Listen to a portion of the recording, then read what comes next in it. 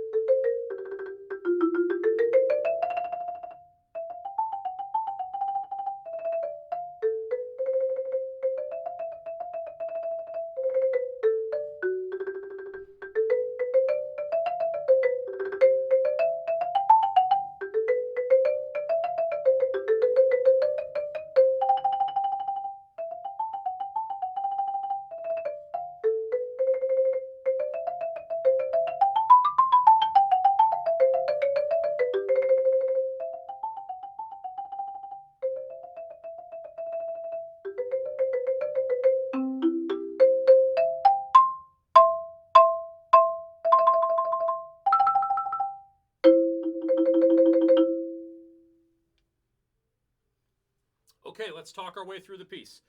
So I've set my metronome at 100, but you'll notice that there are some spots where I'm taking some liberties with the tempo, and also there are not a lot of dynamics notated in this piece, so I'm taking a lot of liberties with dynamics. I'm adding a lot more things in my interpretation of the piece. So let's go through here. Nice smooth rolls, relaxed wrist motion. You don't have to try to pound the roll into the bar, and you don't have to play that fast. Right, and I'm trying to make sure that I connect rolls, especially into their releases.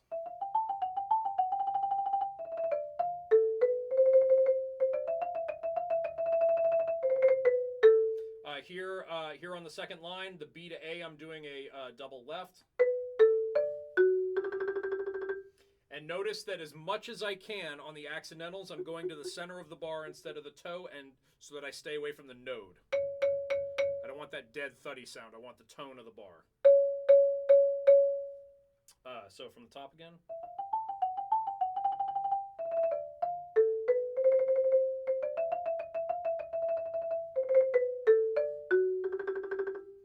Little bit of a crescendo going into that G there. And then backing out and giving myself some room to grow. Sorry. Here on this G, there's a misprint. Add a roll here. Right, this is at the end of the second line.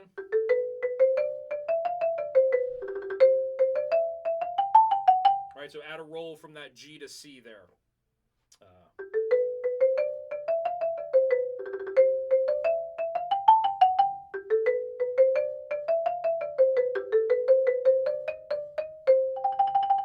As we go to imply C minor here, I'm slowing up a little bit there. Let me find the spot.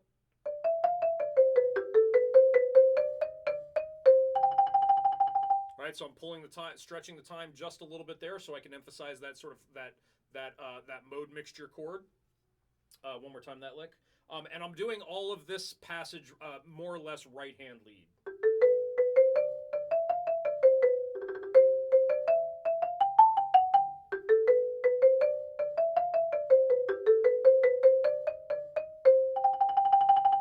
Then we have more or less a recap of the opening theme.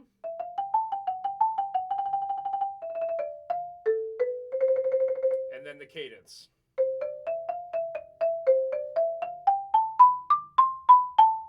All right, this is a tricky little lick here because it's all on natural keys, so you're liable to double notes that you don't need to and miss the note that is actually doubled. I'm at B, I skip C and go to D, double the A, that finishes off the sort of the A section.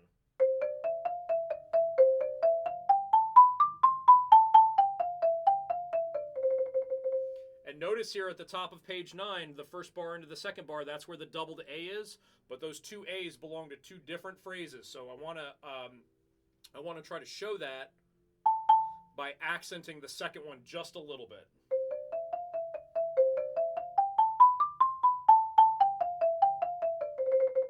And you could even get away with stretching the time just a tiny bit.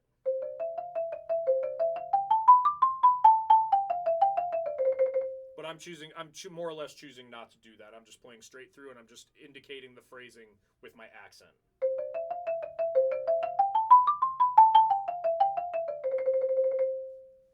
Then we go into the B part.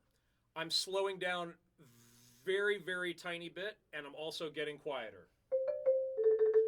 Making a real character contrast here.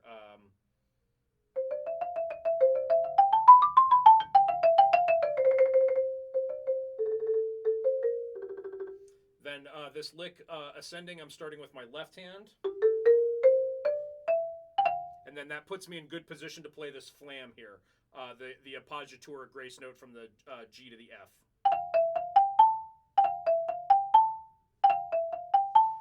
And so this isn't a true flam like we would have on a snare drum. On a mallet instrument, you want that grace note to be a little wider so that we hear the melodic character of that.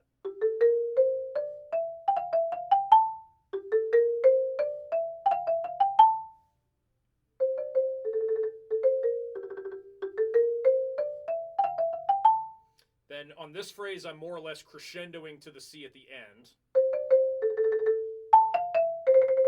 Then here for DC, double right, double right, double right.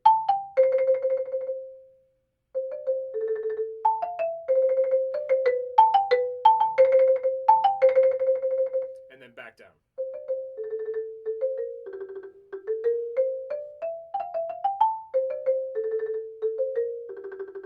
Then for the final lick, also starting with my left hand. And now we've finished in F major essentially. All right, so don't forget that B flat in the last bar there. So the whole contrasting section, 1, 2.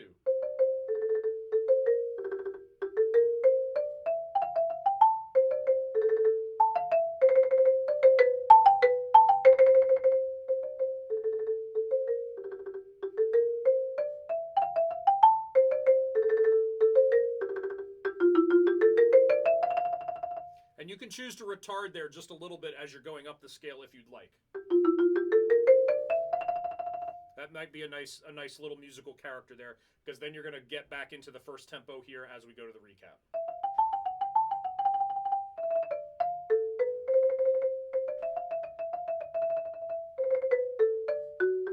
This is all the same.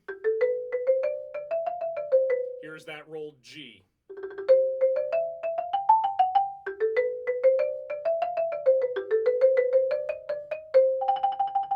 I'm choosing to rallentando there into that fermata again. And now we're kind of into the coda.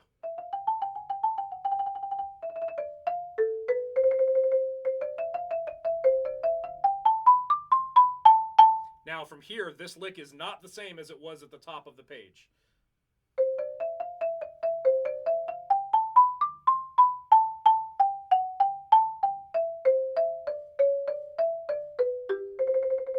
So we have this, we have the thing going up.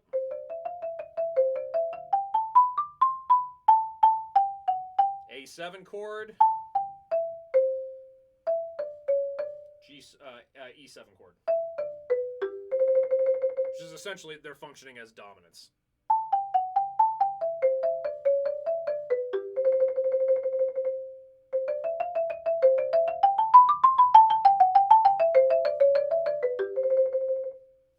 Right, so be very careful with your note placement there.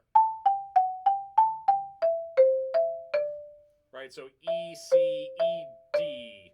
Right, you're gonna want to play that as that D as a C.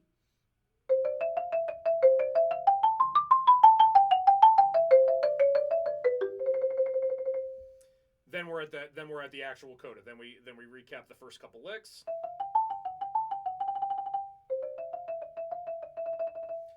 Even though the G is farther down, I'm still starting with my right hand just to keep consistency.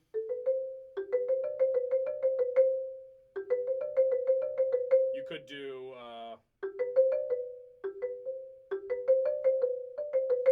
a double there. I'm comfortable doing it with my right hand, so I'm just doing that. Then we have the staccato ascending arpeggio. Don't rush, right? It's okay to play short and marked and staccato, and we really want to make a contrast between legato and staccato in this piece, but don't rush.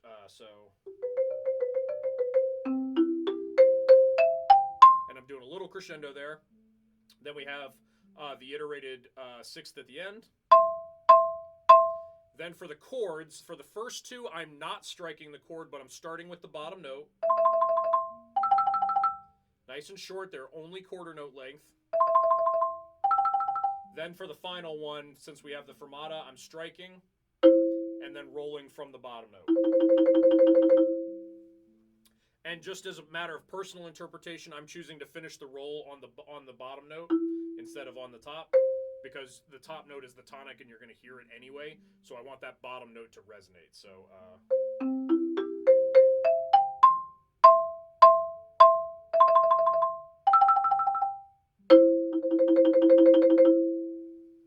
all right, and that's the piece. All right, I'll put the metronome back on and try to run it one more time.